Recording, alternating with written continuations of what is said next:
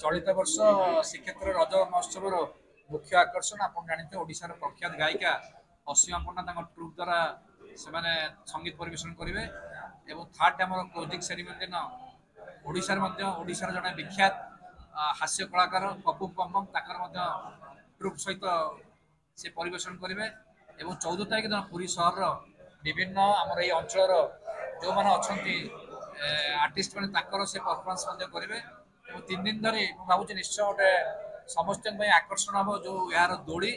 और विभिन्न प्रकार कंपिटिशन कर समस्त आपण माध्यम अनुरोध करुच्ची जो मैंने आग्रही अच्छा रजर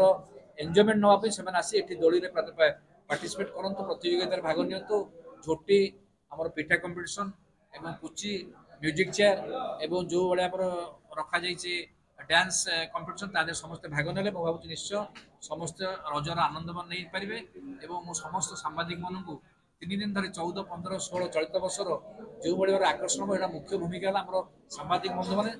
द्वारा प्रचार प्रसार हो पारे निश्चय रज महोत्सव सफल हो आशा और भरोसा।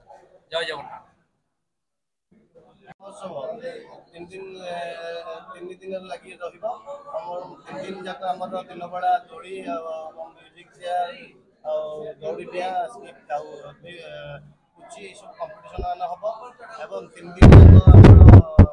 राति बेला सांस्कृतिक कार्यक्रम हम कमेडी भी हम एवं शेष दिन में समस्त पुरस्कार वितरण कर।